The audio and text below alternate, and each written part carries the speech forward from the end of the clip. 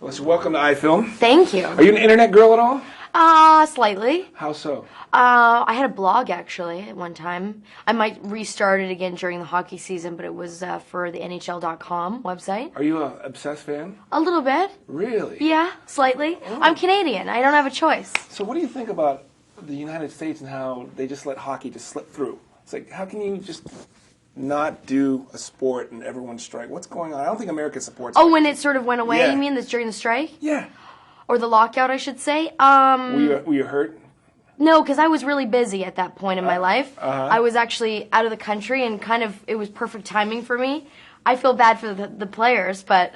Stop staring at my Zed. Stop it. I don't even see it. I'm kidding. Okay, I was like, I don't see any Zed. So wait, you're reading The Quiet, you finish the last page, Yeah. and what's the first thought that goes through your head? I need to make this movie. Really? Because I don't think anyone's going to want me to do this film on any other sort of occasion. I just thought it was sort of like no one would trust me to kind of make that film just because of the films that I did previous. So I kind of had to sort of attach my name to it and say, I don't care if we don't have any money. I don't care if we don't have any other actors in the film. I need to make this movie just to sort of break down the mold. Mm-hmm. Yeah, so that was important. Well, you have this huge fan base, from Right. TV, from the movies that you've done. Yeah, it's amazing. From print.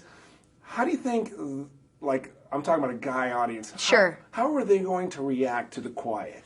I don't know, and I'm nervous about that because I appreciate the fans that have accumulated over the last 5 years. Mm-hmm.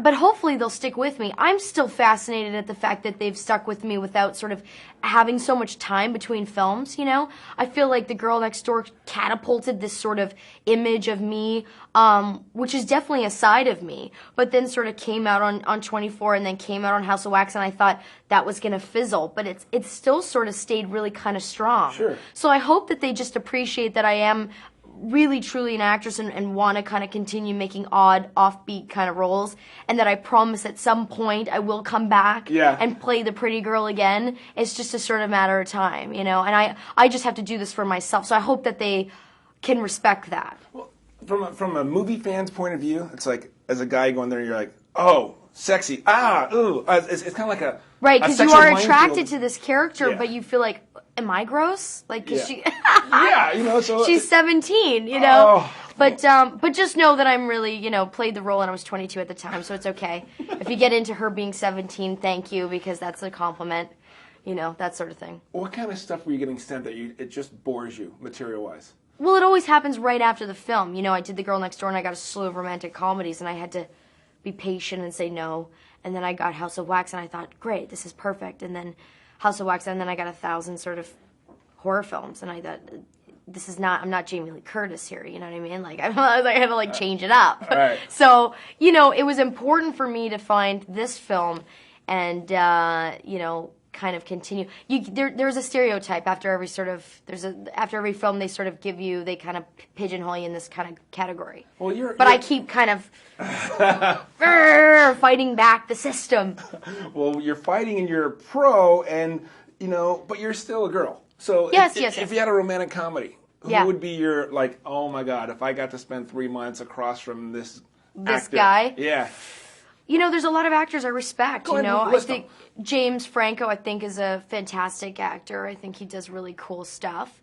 Who else? Well, from my radio show, one guy emailed me a question, and he said, you got to ask Elisha this question. I said, okay. Some guy from Pomona, he said, will Elisha be reprising her role of Darcy from Old School at any point in her career? I don't know. Wasn't there magic there? There was magic, and I'm not sure. I'm kind of... I've heard that they were wanting to make a remake of it, a sequel to it, and I haven't heard anything myself, though, so... I would love to, though. The AFI has changed their top 100 best lines, and one of them is, sometimes I snore when I'm drunk. I don't know if you know that. What? You know that line, sometimes I snore when I'm drunk, from Old School? Yeah. Where did they put it? I'm fucking with you. Oh, I'm like, what are you talking about? I'm just kidding. AFI? Yeah, American Film Institute. It's like this big bourgeois thing. They have the top 100 quotes of all time. Oh. So if I were to ask you your favorite movie of all time, what would it be? All time. Number one. Oh, God. I don't have a DVD, number one. you know every word to, you know every scene to. It stops. When you're on cable, you stop. Boom. You got to watch it. Right. True Romance and Fight Club, Gattaca, Living in Oblivion. Wow. These are a lot of films that I enjoy. Cool.